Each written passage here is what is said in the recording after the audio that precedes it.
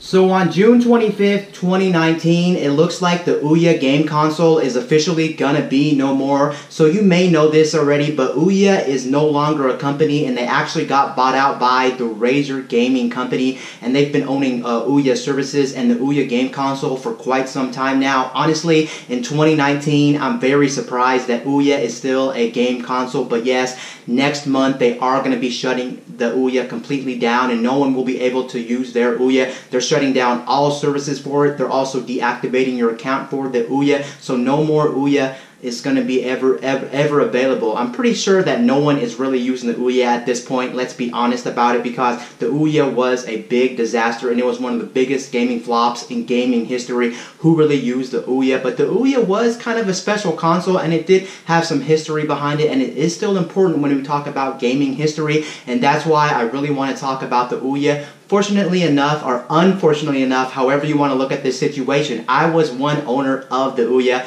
Honestly, I don't know why I supported that Ouya console. That thing came out and it actually hit store shelves at a retail value of $99. And then later on in the Ouya's life cycle, they actually made a more premium Ouya, which was pretty much a better version of the Ouya. I think it had slightly updated specs, but the biggest thing they did with the Ouya was change the god-awful controller. Most people who use an Ouya will know the controller for the Ouya was just not the greatest controller. I wouldn't say it's the worst controller of all time, but I definitely wouldn't say it's the cream of the crop when it comes to games controllers. It was very bad when it comes to game controllers. The biggest problem with the Ouya controller specifically was the fact that a lot of the buttons on it were very sticky, so if you kept pressing them, sometimes they would get stuck, and on top of that, the joysticks on it were just not good to use at all. They felt very weird, and then it was kind of uncomfortable to use. So you can see there was a number of problems with the Ouya's controller, and what is the main way to play these gaming consoles? It's with a game controller. So if you don't have a very good game controller for your game console, then of course it's not going to really do well, and that's one of the biggest problems with it. So many people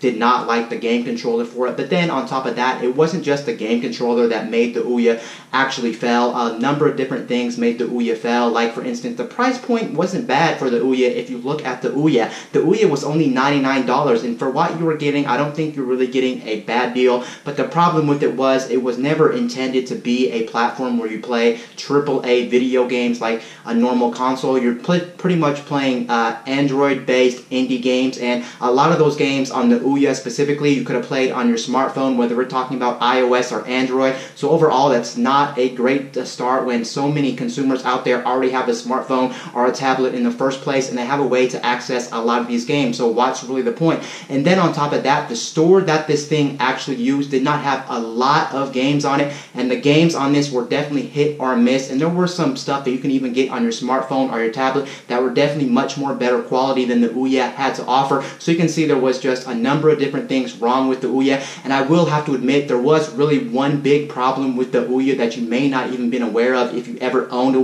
Ouya. The biggest problem the Ouya had, and why so many people were just against the Ouya, was the fact that the only way to use the Ouya was the fact that you did actually have to have some type of payment method, whether we're talking about a prepaid credit card, whether we're talking about an actual debit card, credit card. You have to have some type of payment or they wouldn't even allow you on the store. Yes, things on the store were free to try. One of their biggest mottos of the Ouya was actually try before you buy. Everything on the Ouya had to be free to try before you actually buy the game, but in order to actually even boot up the Ouya or even get to the main menu of the Ouya, you had to have a credit card, and you guys know that has to be frustrating, especially when you take in consideration this company, Ouya, is a brand new company. Can you really trust them with your credit card credentials? And then on top of this, a lot of kids may have wanted the Ouya or may have wanted to play the Ouya, but they can't play the Ouya, of course, because they're not of legal age to own a credit card or a debit card, and then they have to pester their parents, and some parents won't even allow that. They're really paranoid about it, or who knows what the kid's going to buy on their credit card. So overall, it left a bad taste in their mouth when it comes to that. So you can see